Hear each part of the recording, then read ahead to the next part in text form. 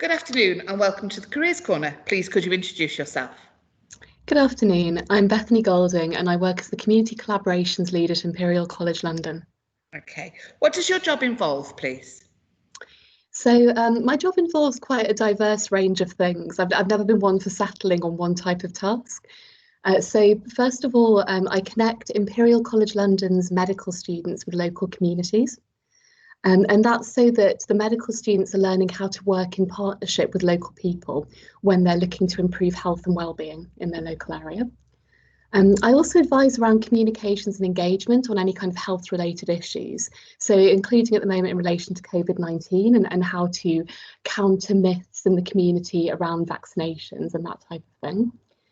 I coordinate projects to tackle health inequalities, which is something I'm really passionate about. So we look at how different community groups, whether it's Black, Asian and minority ethnic groups or LGBT groups, what kind of barriers they're experiencing to good health outcomes. And we run projects in partnership with those groups to address those issues. And then I do other things like present at conferences on research, and I'm training, and finally I'm training as an executive coach. Oh, wow. So what was your careers journey to get to this point then, please? So it was definitely a very winding journey. It wasn't a straight path for me. And I've got it wrong a couple of times, and I have experienced some setbacks along the way. And I would say that I learned just as much from the setbacks as the successes, possibly even more. So when I was younger and thinking about careers, I loved working and learning always, but I wasn't one of those teenagers who just has this clear innate sense of what they want to do. Teachers told me be a lawyer, be a historian, be a linguist, but nothing felt quite right. So for me, I'm very driven by my values with my work. And the first job that I took after my master's degree was as a teaching assistant in Switzerland, which was quite exciting because I wanted to travel. And I thought I wanted to teach. And teaching felt like a way of doing some good in the world. And I loved it, but it ended up not being the right fit for me long term as I explored it in more depth. And so then I went into the NHS in management, public relations, and equalities and service improvement type work. And then eventually from there, I kind of moved across to Imperial College, where I am now. Oh, wow. So real kind of twisting journey. Yes. Do you need any particular qualification skills or character traits to be successful in your current role? Yeah, I think so. So when it comes to qualifications, if you want to go into NHS management roles or university management roles, most roles will ask that you have a master's degree, or you can have equivalent experience. So it's not obligatory, but it definitely helps, and it tends to be one of the things that they ask you about.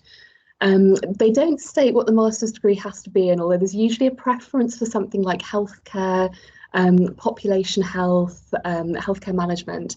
I did 19th century literature and culture, which is a bit esoteric and not at all vocational.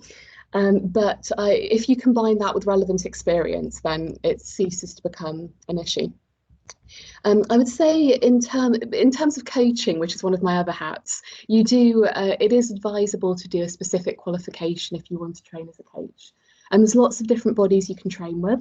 I'm training with the Institute of Leadership and Management.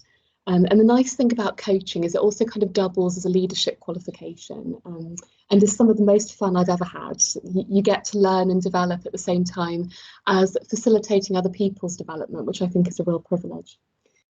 In terms of like general skills, I would say almost everything I've ever done requires the same basic skill set. The first one is probably collaborative leadership, so not kind of a command and control approach, but working in partnership with others to lead.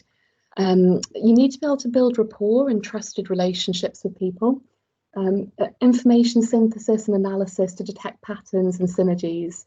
And having this kind of genuine non-judgmental curiosity about people and what drives them, so that you can challenge people constructively, but also support them in their goals.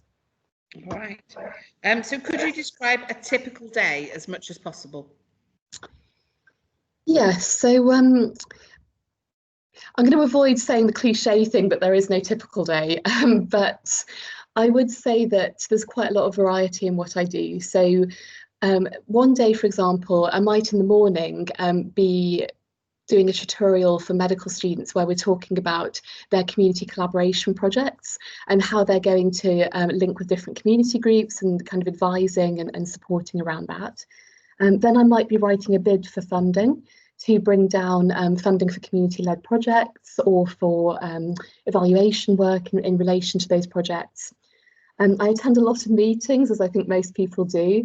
They tend to be with the voluntary sector, with NHS and public health leaders. At the moment, for example, we might be exploring innovative ways to tackle issues like food poverty or obesity in the local community, or what I mentioned earlier about the COVID vaccine. Then later I might be working to design some inclusive teaching resources for our students. I was supposed to be presenting at a conference in Mexico this year, which I was very excited about. When I first got the job, they said to me really casually on my first day, it was like, yeah, so we've got this conference coming up in Mexico next year if you'd like to go. And I was like, yeah, I suppose I could do that. But of course, everything's gone virtual, so it wasn't quite it wasn't quite what I'd expected. And then in the evenings, I do some coaching sessions sometimes. Brilliant. So really varied. Yes. So what are the parts you enjoy most about your job? I really love 95% of my job. I would say probably my favourite thing is the people and connecting with such a wide range of people. You've got this very diverse range of minds and lived experiences. And one of my personal life mottos is that you can learn something from everybody that you meet.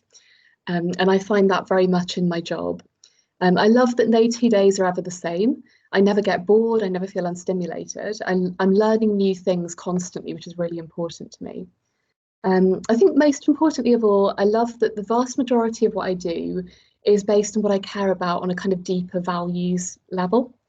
So it's about bringing together like-minded people to tackle social injustice and to try. It all sounds very grand. I mean, the impact I actually have, I suppose, is very limited. But just knowing that what I'm working towards are things that I believe in matters to me a lot. Fantastic. And what are the biggest challenges that you have faced? I think it's an interesting one. Working so the type of work that I do, when you work with communities and in community development, but you're actually based in quite a corporate environment, there's often quite a lot of difference. So the expertise of the people that you're working with is often very different from your expertise. So I'll work with a lot of doctors, a lot of academics and researchers. But my expertise is in something quite different. So sometimes you need to challenge people in a constructive way, and that's part of what I'm paid to do. But as someone who's quite conflict avoidant, that can sometimes be a bit difficult. And it's been a steep learning curve as a coach as well. All right. And what advice would you give to someone who's considering going into a similar role? Yeah, so I love what I do, but I'm not, of course, the same thing doesn't suit everybody. So I'm not generally that invested in giving advice. I think people are very resourceful and tend to find the options that are best for them. But one thing I would say is that it's so important to find out all of the options that are out there. And that, on that note, I think what you're doing with Careers Corner is amazing. I would have loved to have a resource like this when I was at school. So kudos to you. That's great. Thank you. Who would be your role model? I think when I was 15, I'd probably have said Jeanette Winterson, who's a writer who I love. And I discovered her. My mum always had this fantastic collection of books and still does. And I discovered her through my mum. I think in the context of careers, as I've got older, I'd say my dad is my role model. One of my earliest memories is going to work with my dad when I was a kid. Didn't really understand what on earth was going on. But he worked in local authorities and strategic health authorities out of this desire to make his bit of the world a better place for those who lived in it. And he had bipolar disorder, which is a really difficult condition to manage when you're working. And yet he put a lot of himself into his job, and I've always really admired that. Oh, wow. Fantastic role model and to have. And then finally, what advice would you give your 15-year-old self? It's a really good question. So there's a couple of things, if I could go back in time and do that. I wish when I'd been younger, I'd known just how many careers and options are out there that you don't even realise exist when you're at school. I think it's so important that you don't just do something because somebody's told you that's the thing to do. You need to explore and work out what brings you joy as well as what you're good at. And I think that's something I would definitely have said to my 15-year-old self. I'd also have said not to worry as much about what other people think and that it's really okay to be different. I felt different quite a lot when I was younger. And I think that was largely because I realised in my early teens that I was gay. And that it was a time when it still wasn't really spoken about very openly. And it was something I struggled with quite a bit at the time, but I'd like to be able to go back to my 15-year-old self and say, you will find later on that you can channel, as difficult as it feels right now, you'll be able to channel this into making a positive difference for other people and draw on it in your future work. That's fantastic. That's great advice. Thank you for that. Well, thank you for your time this afternoon. We really appreciate it. And I'm sure the girls will enjoy listening to your advice. Thank you. Thank you.